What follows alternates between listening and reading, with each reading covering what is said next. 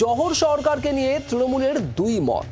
গতকাল জহর সরকারকে নিশানা করেছিলেন তৃণমূল সাংসদ সৌগত রায়। তবে সৌগত রায়ের মন্তব্যের সঙ্গে একমত নন কুণাল ঘোষ। জহর সরকার অন্যতম শ্রেষ্ঠ আমলা, জহর সরকার সক্রিয় রাজনীতিবিদ নন। আমলা হিসেবে দৃষ্টিভঙ্গিকে সম্মান জানান কুণাল ঘোষ।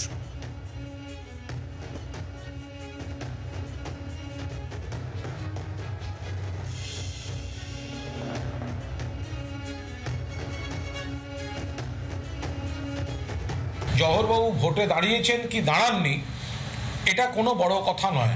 জহরবাবু একজন সর্বশ্রেষ্ঠ, সর্বকালের সর্বশ্রেষ্ঠ আমলাদের মধ্যে অন্যতম, বাংলার গর্ব আমলা জগতে।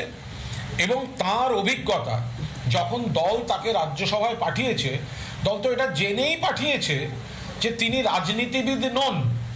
দল তো সেটা জেনেই পাঠিয়েছে যে তিনি আমলা এবং বিশিষ্ট নাগরিক, জ্ঞানী গুণী মানুষ, সমাজের একটা অন্য শ্রেণীকে তিনি রিপ্রেজেন্ট করেন এবং তার অভিজ্ঞতাও আমাদের দলের বা বাংলার কাছে জরুরি। সেই কারণেই তো আমরা রাজ্যসভায় পাঠিয়েছি। তো ফলে আমার মনে হয় এই জায়গাটা যে জহর সরকার ভোটে দাঁড়িয়েছেন কি দাঁড়াননি, এইভাবে জহর সরকারের মূল্যায়ন করাটার সঙ্গে আমি একমত নই। আরজিকর ঘটনা পরিপ্রেক্ষিতে দেখা গেল যে আপনার দলের সাংসদ রাজ্যসভা জহর সরকার তিনি ইস্তফা দিলেন। সুখেন্দু শেখর টানা প্রতিবাদ করছেন, গতকাল জাগো বাংলার সম্পাদক পদ ছেড়ে দিলেন। কি বলবেন? শুধু বলবো, এরা দুজনেই তো কেউ জনপ্রতিনিধি ছিলেন না, কোনো ভোটে জিতে আসেননি। জহর সরকার তো জীবনে নির্বাচনে দাঁড়াননি, আর সুখেন্দু শেখর রায় জীবনে নির্বাচন জেতেনি। তাই ওদের মন্তব্যে আমি গুরুত্ব দিচ্ছি না। এই প্রতিবাদের সঙ্গে নির্বাচন জেতা না জেতা কি সম্পর্ক? খুবই সম্পর্ক।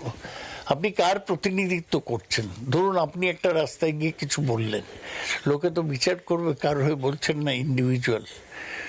এই না জেতা ইন্ডিভিজুয়ালদের কোনো প্রতিবাদের মূল্য নেই। জহর সরকার ইস্তফা দিয়েছেন, আপনার কি মনে হয় সুখেন্দু শেখর রায়ের ইস্তফা দেওয়া উচিত? সে তার বিবেকে যা বলে তাই করবে। জাগো বাংলার সম্পাদক পদ ছেড়ে দিয়েছেন, এটা এমন কি একটা ব্যাপার?